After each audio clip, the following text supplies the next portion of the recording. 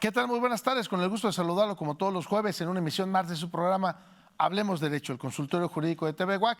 Su servidor Gerardo Pérez le da la más cordial de bienvenidas para que nos acompañe a lo largo de esta hora. La economía es la ciencia social que estudia la extracción, producción, intercambio, distribución y consumo de bienes y servicios, la forma o medios de satisfacer las necesidades humanas ilimitadas mediante recursos limitados, la forma en que las personas y sociedades sobreviven, prosperan y funcionan. Diseñar y ejecutar políticas económicas que permitan alcanzar la sostenibilidad, crecimiento y equidad de la economía para impulsar el desarrollo económico y social del país son los temas principales del derecho económico. La diversificación de mercados y productos, así como establecer de forma responsable las fórmulas de conducir las políticas de industria, comercio exterior, interior, abasto y precios del país son los temas del derecho económico. Acompáñenos. Perspectiva, diálogo, interacción ciudadana. Hablemos Derecho, el consultorio jurídico de TV UAC, con Gerardo Pérez Alvarado y Laura Méndez Olivares. Comenzamos. Licenciada Laura Méndez, muy buenas tardes, con el gusto de saludarte y completamente en vivo, transmitiendo desde el corazón de nuestro estado de Querétaro, aquí en el Cerro de las Campanas, en esta máxima casa de estudios, Universidad Autónoma de Querétaro. Buenas tardes. ¿Cómo está, licenciado? Buenas tardes. Pues también para mí, como cada jueves, es un placer saludarlo y también darle la bienvenida a todas las personas que a través de los diferentes medios de comunicación nos sintonizan, nos brindan el favor de su atención. De verdad esperamos que el tema que abordaremos el día de hoy sea de su agrado, sea de su interés y, bueno, pues que disipe algunas dudas recurrentes relativas pues con nuestra vida diaria, con aspectos jurídicos y en concreto hoy cuestiones económicas. Quiero aprovechar para recordarles que, como bien lo comenta el licenciado Pérez, estamos transmitiendo en vivo y a lo largo de esta hora, hasta las 7 de la tarde, lo invitamos a que se ponga en contacto con nosotros a través de nuestras redes sociales.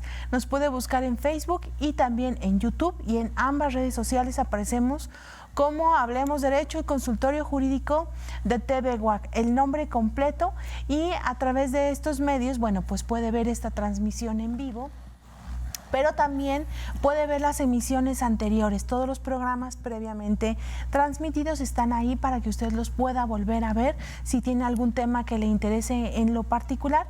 Recuerde que cada semana nos damos a la tarea de buscar expertos, conocedores en diferentes áreas del derecho para disipar dudas recurrentes que el público y nuestros colegas también nos hacen llegar. Envíenos mensajes privados, mensajes personales a través de Facebook, y es el medio de contacto directo, ya sea para que lo contactemos con nuestro invitado, también para que podamos brindarle orientación, asesoría, canalizarlo con algunas instituciones que puedan resolver su problemática.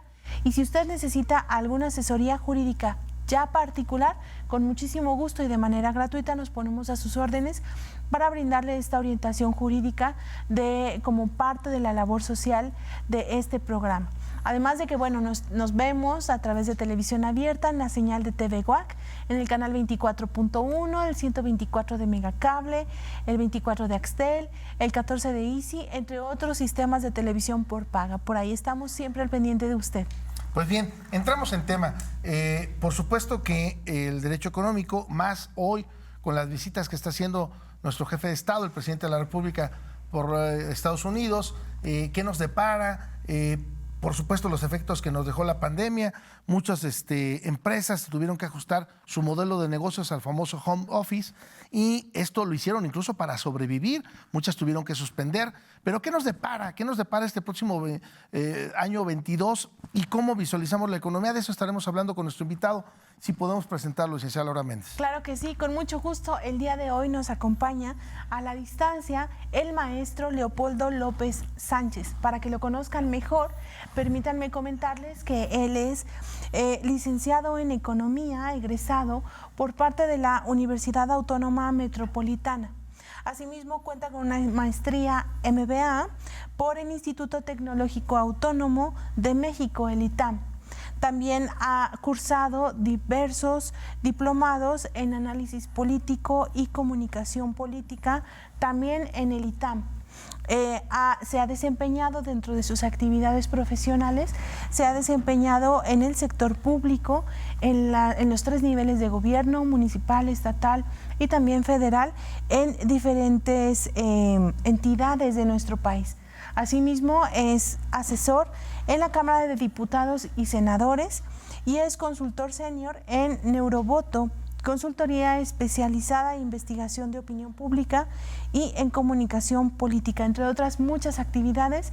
En estas ha destacado el maestro Leopoldo, a quien le agradecemos que a la distancia nos acompañe y que haya aceptado la invitación a este programa. Maestro, buenas tardes, bienvenido. Laura, Gerardo, un gusto estar aquí con ustedes en Hablemos Derecho. Gracias, maestro. Si me lo permites, porque luego el tiempo es el que nos anda fallando. Me gustaría abrir el tema, maestro, para que lo pudieras desarrollar. Fíjate que en programas anteriores hablamos también un poco de lo que tiene que ver con la economía y de ahí quedaron muchas inquietudes, incluso algunas que nos hicieron favor el público, que por eso agradezco enormemente que hayas aceptado la invitación, porque nos decían, a ver, ¿yo puedo pedir en este momento un préstamo? ¿Es buen momento para pedir un préstamo? ¿Qué pasa entonces en lo que tiene que ver? ¿Será prudente abrir un negocio? ¿Qué sucede entonces con la inflación? Porque incluso hubo problemas todavía la semana pasada, maestro Polo, yo creo que lo tienes muy presente, pues que empieza a incrementarse la canasta básica, empieza a haber problemas en lo que tiene que ver con la canasta básica. Entonces, me gustaría dejarte este par de preguntas. ¿Qué efectos nos dejó la pandemia, por supuesto? ¿Y cuáles o qué efectos nos deja la inflación? Para que lo podamos desarrollar, que tú nos puedas comentar y sobre eso empezar a disipar dudas y que el público nos pueda hacer llegar sus dudas o sus inquietudes. Adelante, maestro Polo. Perfecto. Pues muchas gracias por la oportunidad. Un saludo al auditorio, al vasto auditorio de Hablemos Derecho de la TV UAC. Pues mira, lo que dices es muy importante respecto a lo de la pandemia. Consideremos una cosa, la pandemia fue un fenómeno de salud que repercutió mucho en la economía, que no se tenía registros por lo menos en 100 años. El último registro de una pandemia tan grave como la que estamos viviendo fue con la gripe española de finales de 1918, hay también finales de la Primera Guerra Mundial. Las pandemias subsecuentes han sido con muchísimo menos daño, por ejemplo, la pandemia del SIDA, que también fue un factor de salud pública que le ha afectado a la humanidad, y la pandemia de la influenza, que fue muchísimo menor, que no ha tenido las repercusiones de la pandemia del COVID-19. Ahora, ¿cuáles han sido estos efectos en la economía? Pues básicamente se genera un doble fenómeno que conocemos en la economía como un shock de oferta y un shock de demanda. ¿Qué significa esto? El shock de demanda significa que la gente, por alguna razón, dejó de comprar y de consumir los bienes y los productos y servicios que generalmente lo hace. ¿Por qué? Porque el confinamiento, las autoridades gubernamentales determinaron que la gente no podía salir a realizar su vida normal porque tenía que estar en su casa para evitar contagios. Entonces ahí tenemos el shock de demanda. Y el shock de oferta también tiene el mismo origen. El gobierno determinó que la gente no pudiera salir a trabajar, a ir a las empresas, a las oficinas para evitar los contagios. Entonces se dejó de producir y se dejó de demandar. Entonces, por eso los estragos que vivió la economía mexicana el año pasado, la reducción del Producto Interno Bruto, que es la manera estándar en que se mide la riqueza en que se mide la producción y la riqueza de una economía, pues se redujo en 8.3% respecto al año pasado. Ni siquiera en la crisis del 94-95 se tuvieron esos registros, ni en la crisis del 2008-2009 se tuvo ese impacto. La crisis de la pandémica por el COVID-19 registró un récord, creo que desde 1933, cuando estábamos en la Gran Depresión, desde 1929, se tenía esos registros. ¿Cuáles han sido de las observaciones que se le han hecho al gobierno? Porque en comparación con otros gobiernos que inyectaron demasiado dinero a sus economías, precisamente como la gente dejó de trabajar, dejó de recibir sus ingresos. Entonces, era una situación muy, muy delicada. Otros países decidieron, a través de estímulos fiscales, en especial Estados Unidos, a inyectar demasiado dinero a sus economías. México es de los países que menos dinero invirtió en apoyos fiscales a los trabajadores y a las empresas. Hay un principio básico en esto que creo que el presidente López Obrador determinó. Él tiene una aberración, se puede decir, a la deuda. Él no genera deuda. Sí se está generando un poco de deuda interna, sobre todo para equilibrar el presupuesto de este año, del 2020, bueno, del año siguiente, 2022. Casi como 900 mil millones de pesos van a ser de deuda interna, pero no se ha endeudado externamente el país.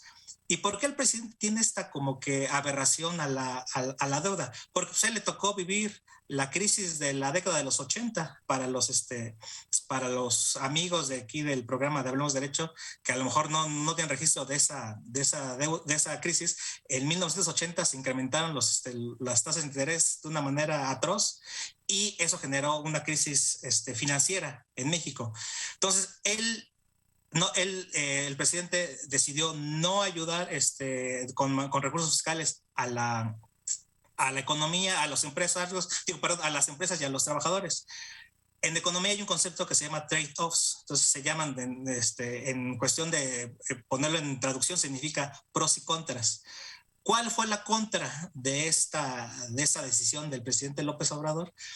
Pues que muchas empresas murieran, por ejemplo, que muchas personas estuvieran durante la pandemia desempleados. Por ejemplo, recordemos que en mayo del año pasado, había un registro de 12 millones de personas sin empleo.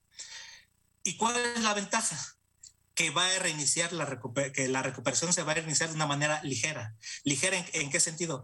En que el país no se endeudó de manera atroz, de manera fuerte, para comenzar este proceso de recuperación. Entonces el presidente dijo, no me gusta endeudarme, no me gusta generar deuda, no voy a ayudar tanto al sistema económico para salir del bache económico, del bache de la pandemia, pero la economía va a salir muy ligera para el 2022.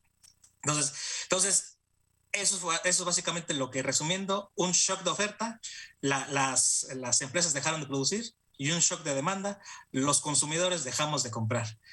¿Qué sucede? Que a mediados de este año comienza la apertura de el coronavirus, el COVID-19, lo empezamos un poco a controlar, no eliminar para nada, eliminar, a controlar, y se empieza a generar cierta apertura.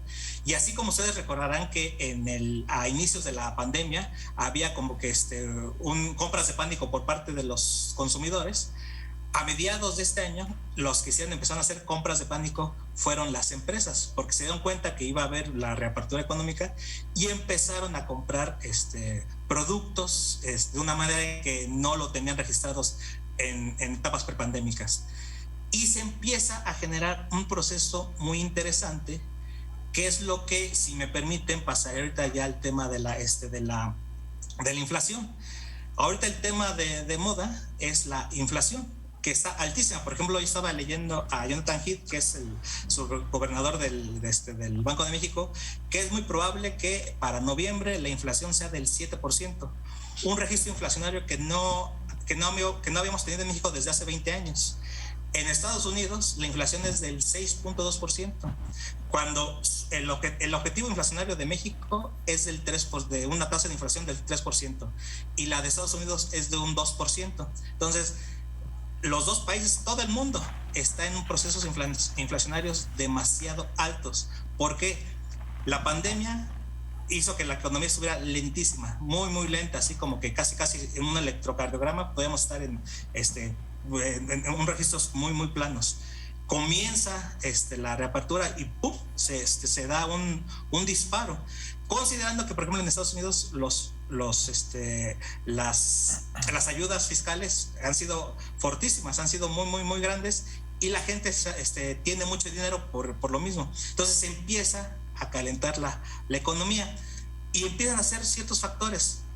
Uno de los factores que están generando esta mayor inflación es el incremento de la energía. Todas las fuentes de energía se han recibido fuerte incremento de precios respecto al año pasado. Ustedes acordarán que por abril del año pasado hubo precios negativos del petróleo, cosa que al parecer nunca se había presentado. ¿Qué significa un precio negativo del petróleo? Que el productor le dice al comprador: toma dinero para que te lleves el barril de petróleo que tengo aquí y no me genere inventarios, porque yo sigo produciendo, pero nadie me está comprando. Entonces, es como, por ejemplo, si Gerardo es productor de petróleo y Laura va y le dice: oye, quiero comprarte un barril de petróleo. Gerardo le dice: ¿sabes qué? Te doy dinero para que te lo lleves. Entonces es un precio negativo. Entonces había precios negativos del petróleo. La demanda estaba tan baja que se llegó a ese extremo. Y ahorita pues ya estamos en precios de un 75%, de 75 o 73 dólares por barril la mezcla mexicana. Entonces, el gas LP, el gas natural, el petróleo, todos los energéticos han subido. También ha subido las materias primas, el trigo, el maíz, el arroz. Y también han subido la cuestión esta de los contenedores. No sé si ustedes escucharon hablar el tema de la escasez de los contenedores. También ha habido productos no sé si ustedes han oído también hablar de de la crisis de los semiconductores. Todo esto tiene que ver de la crisis de los semiconductores con lo que mencionaba Gerardo al principio. Los patrones del home office, por ejemplo, los patrones de consumo de las personas, de la humanidad, se puede decir, o del mundo occidental, se modificaron con esto del home office, del trabajo en casa, y se empezaron a demandar muchas computadoras, muchas tabletas, muchos celulares. Entonces todos los semiconductores que había en el mercado en Asia, en vez de se empezaron a instalar en estos productos, en todo lo que tiene que ver con el teletrabajo, con el home office. Se abre la economía, como mencionaba a mediados de este año, y por ejemplo la industria automotriz dice: bueno, pongámonos a trabajar. Y se da cuenta que, bueno, pues hay que pedir semiconductores, y se dan cuenta que no hay. ¿Por qué? Porque los que había en el 2020 se fueron hacia los aparatitos tecnológicos. Cierran las fábricas y dicen: ok, y ahora entonces, ¿de dónde tenemos semiconductores? Y esos productos, esa escasez empieza a que los productos comiencen de semiconductores, los que tienen que ver con semiconductores, comiencen a elevar su precio. Otro punto. Ahí, maestro Polo, ¿sí? Fíjate que incluso yo leía una nota periodística, incluso hoy, en donde el presidente de Estados Unidos decía que va a invertir una gran cantidad de dólares para no perder y poder cumplir con los requerimientos que requiere la industria automotriz, porque es gran parte de lo que mueve la economía también de Estados Unidos, precisamente por los semiconductores. Y si no tienes inconveniente, maestro Polo, no te quería interrumpir, porque está sumamente muy claro la visión que tienes, y esta plática incluso es de economía para no economistas. Qué bueno, porque está muy digerida. Pero si me lo permites, tenemos que hacer el primer corte de este primer bloque, maestro Polo, y regresemos con esto que tiene que ver con la inflación, para poder llegar con la gente, porque muchas de las inquietudes que se quedaron en el programa anterior era: oiga, ¿es buen momento para pedir un crédito? ¿Puedo pedir un crédito? Tengo pensado pedir un crédito hipotecario o un crédito vehicular para renovar mi vehículo. Es buen momento, porque incluso esta situación se dice muy sencilla, maestro Polo, en el sentido de decir: Estados Unidos tiene mucho dinero, está inyectando mucho recurso, y nosotros nos beneficia porque todos nuestros paisanos mandan sus remesas, y estamos en un récord histórico de 52 mil millones de dólares, un récord histórico de las remesas. Pero lo que sucede es que en Estados Unidos todos o gran parte de los trabajadores recibe su dinero, están recibiendo su dinero, tienen como una beca, por decirlo así, para recibir su dinero y por eso hay mucha mano de obra para mexicanos. Pero ¿qué va a pasar cuando se suspenda? ¿No? Con esto regresamos, vamos a la pausa y regresamos. Estamos en su programa Hablemos Derecho, el consultorio jurídico de TV UAC. Perfecto. Continuamos.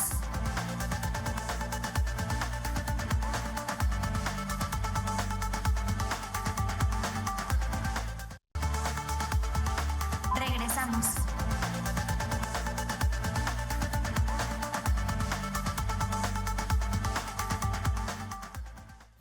Ya estamos de regreso completamente en vivo. Nos hace favor de acompañar a la distancia el maestro Leopoldo López Sánchez, con el cual estamos hablando de la economía y prácticamente la visión de un economista.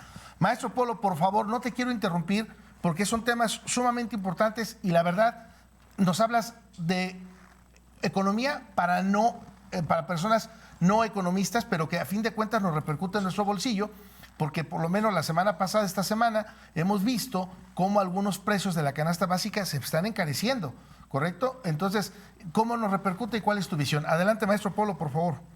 Ok, entonces nos quedamos en el punto de los semiconductores como uno de los motores que está haciendo que la inflación mundial, porque no solamente es México, es mundial. En Estados Unidos, en Europa, en Asia están resintiendo este proceso inflacionario. El otro aspecto es la escasez de los contenedores. No sé si también hayan escuchado hablar de ese punto. Y no es que de repente los contenedores que se trasladan, donde se traslada las mercancías del comercio internacional, hayan desaparecido o se hayan descompuesto, sino que sucedió este fenómeno. Como los puertos, sobre todo en Europa y en Estados Unidos, se cerraron totalmente por las cuestiones de la pandemia, se quedaron muchos contenedores atorados ahí en los puertos de Estados Unidos, de Europa, y no regresaron a Asia, a China, a Singapur, a Corea. Entonces, ahí otra vez cuando se empieza a abrir la economía, dicen, oye, pero los contenedores que te has de traer de las mercancías de Asia, pues los tenemos aquí.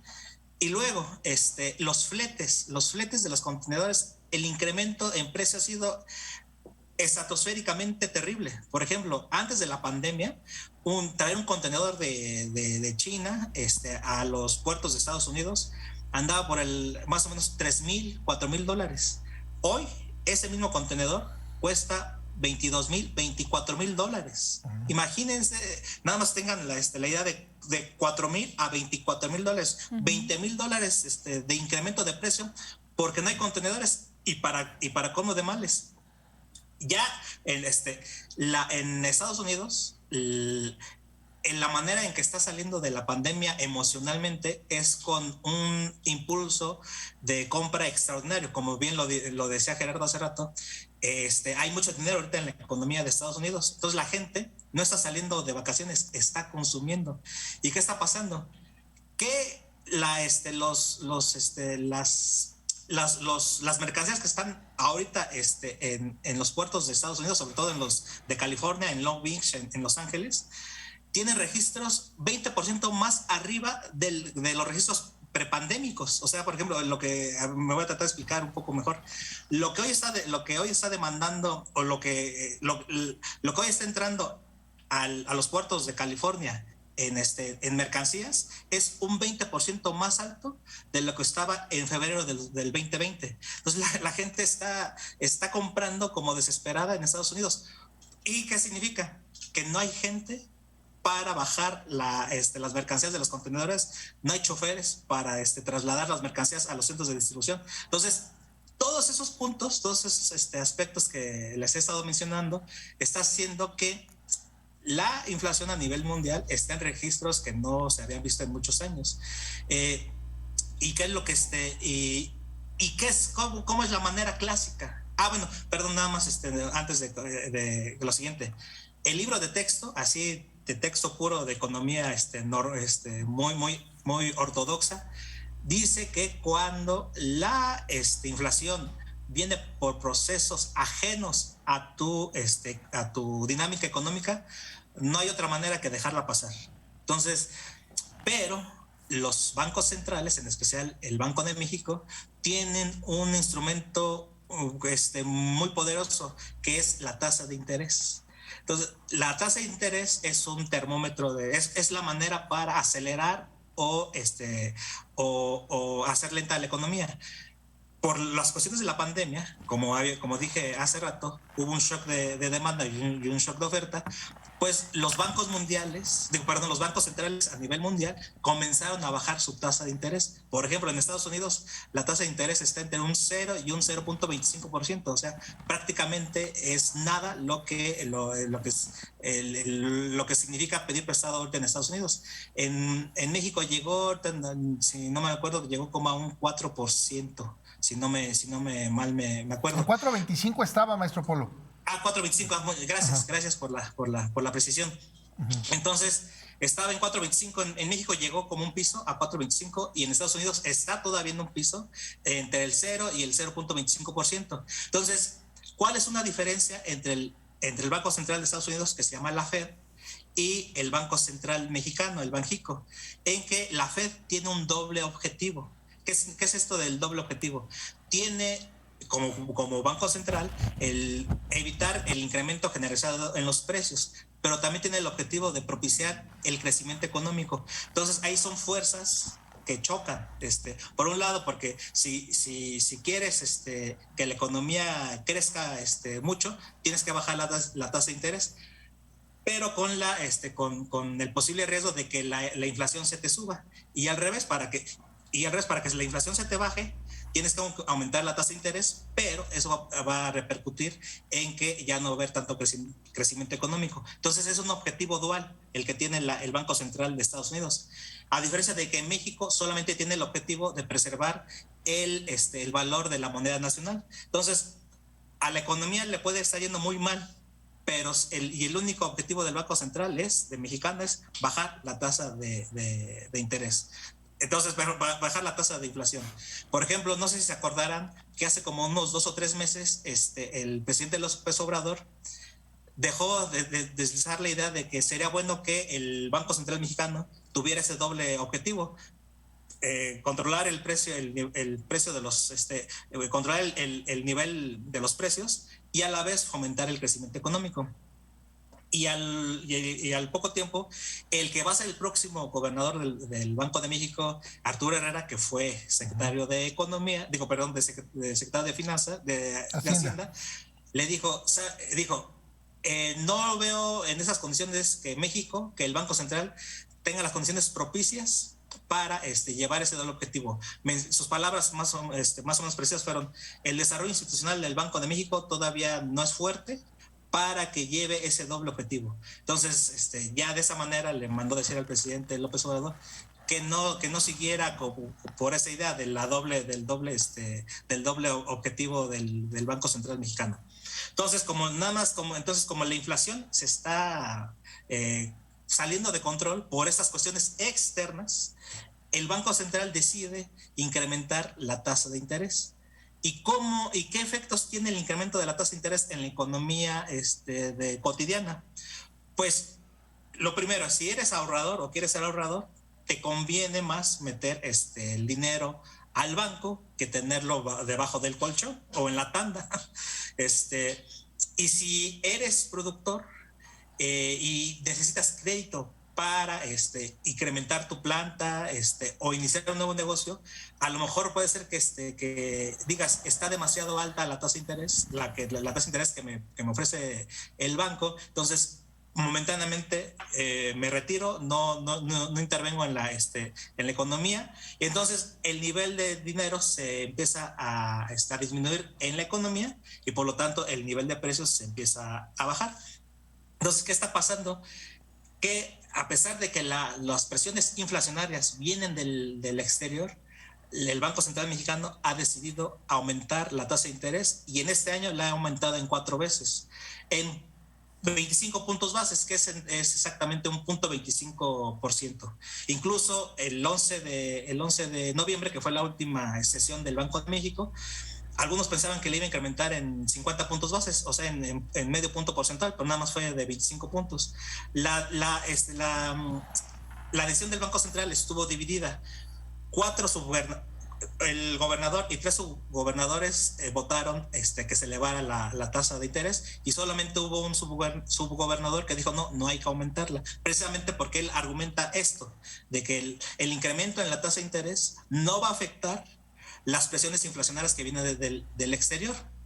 Y por ejemplo, no sé si se acordarán ustedes que por el año 2012 hubo un incremento del huevo. Creo que si mal no recuerdo, el huevo subió un 40% su precio.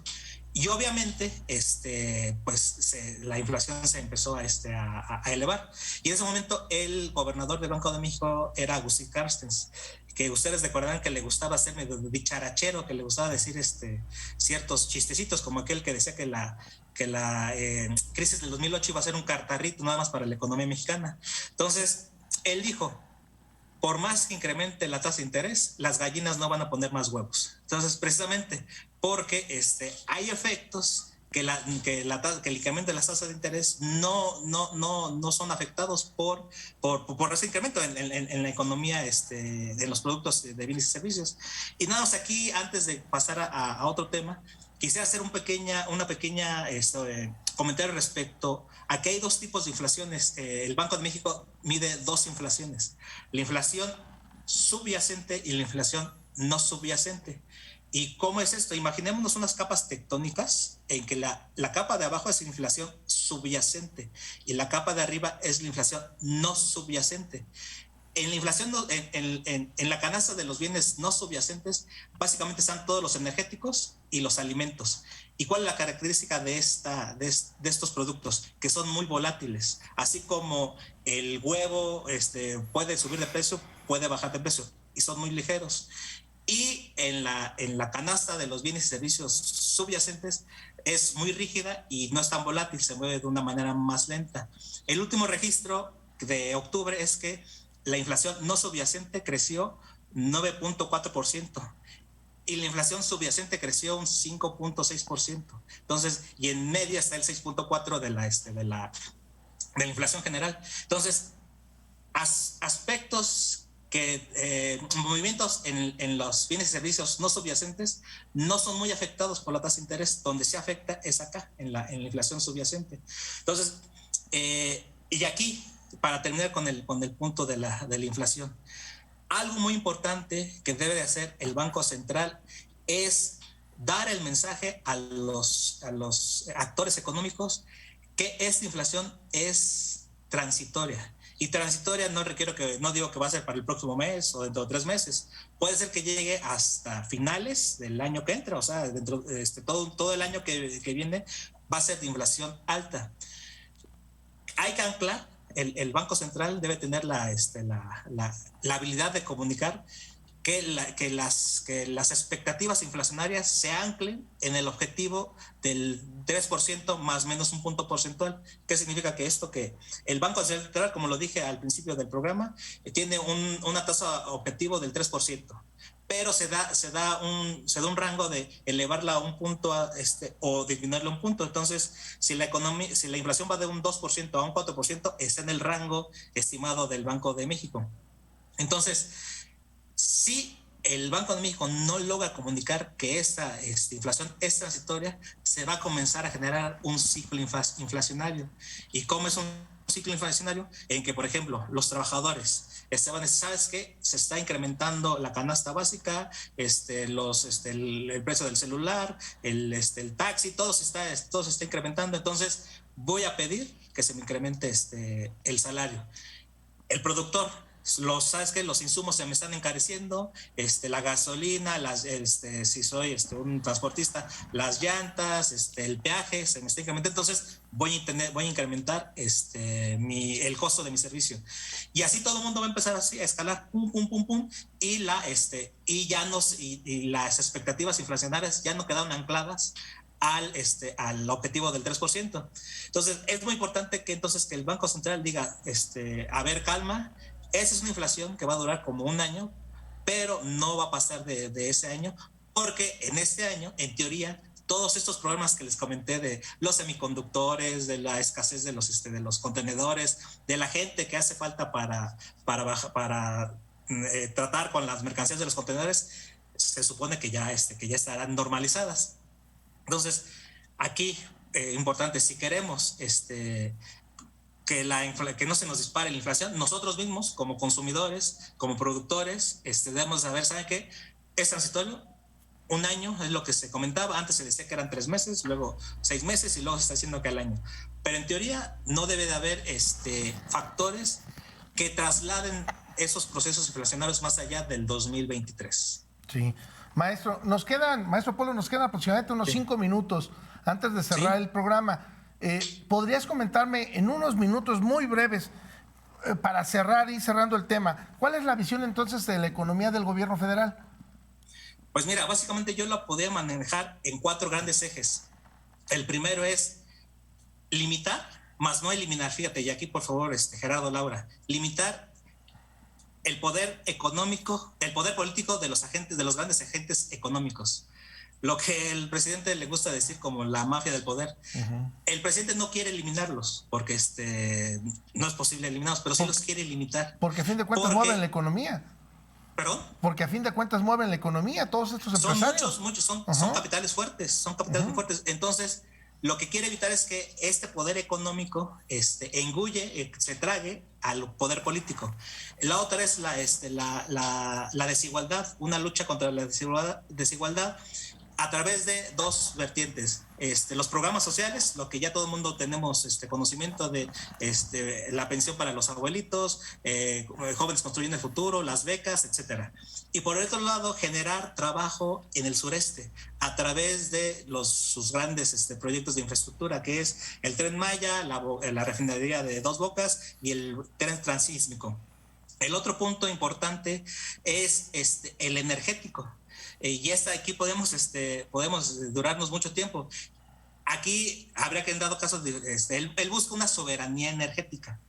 A lo mejor lo que la presión tendría que ser una seguridad energética. Entonces, por eso está haciendo la refinería en Dos Bocas, para no depender de la gasolina importada.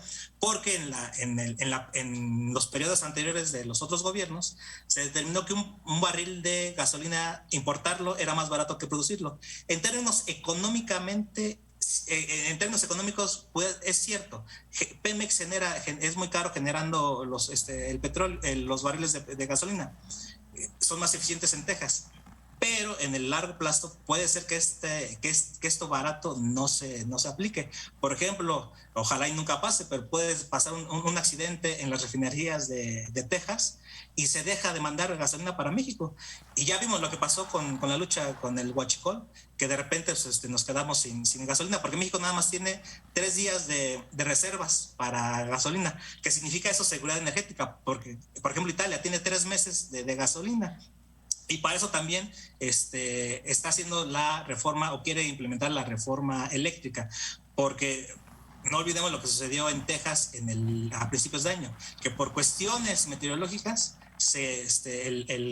la producción de electricidad se detuvo y ya no y generó problemas. Entonces, el otro aspecto es lo energético. Por eso le está inyectando tantos recursos a Pemex y y quiere fortalecer a la CFE. Y la otra es el cuarto punto es la prudencia fiscal. Como decía, la historia cuenta, y como decía al principio del programa, el presidente vivió cuando era más joven, vivió turbulencias financieras con la crisis de la década de los 80. Entonces, él en su gobierno dijo, voy a ser prudente fiscalmente. Incluso esa prudencia fiscal se puede considerar como una visión conservadora de la economía, porque dice, voy a igualar ingresos y gastos, no me voy a endeudar, y por eso los actores económicos externos, las calificadoras, dicen, no está siendo tan radical en el manejo de las finanzas, está siendo muy razonable. Entonces, el precio de la cotización peso-dólar se mantiene ahí más o menos estable. Entonces, básicamente esa es la visión del presidente, Gerardo. Bien.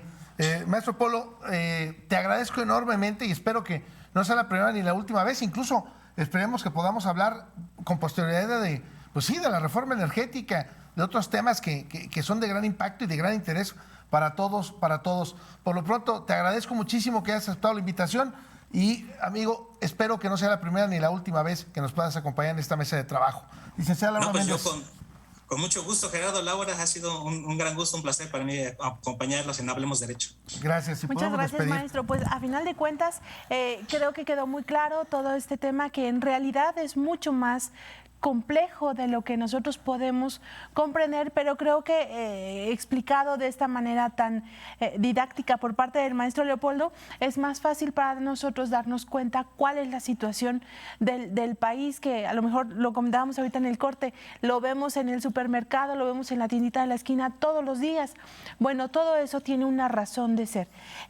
Por aquí se quedaron en el tintero algunas preguntas relacionadas con la propuesta del presidente también en la ONU, que tiene que ver con otras cuestiones también económicas, pero ya a nivel internacional, que ojalá que tengamos la oportunidad de volver a invitar, de disiparlas en el futuro. Sí. También cuestiones que tienen que ver con la escasez, la aparente escasez de alimentos en China.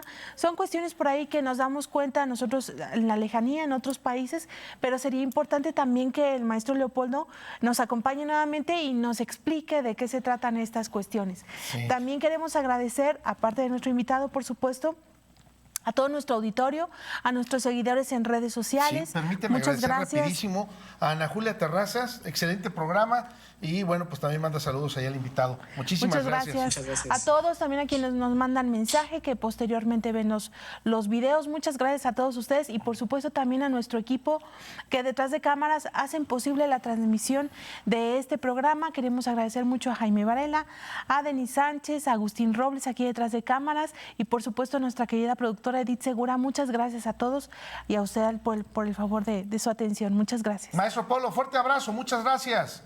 Gerardo, Laura, un gusto. Hasta el próximo jueves. Adiós, adiós. Gracias por acompañarnos.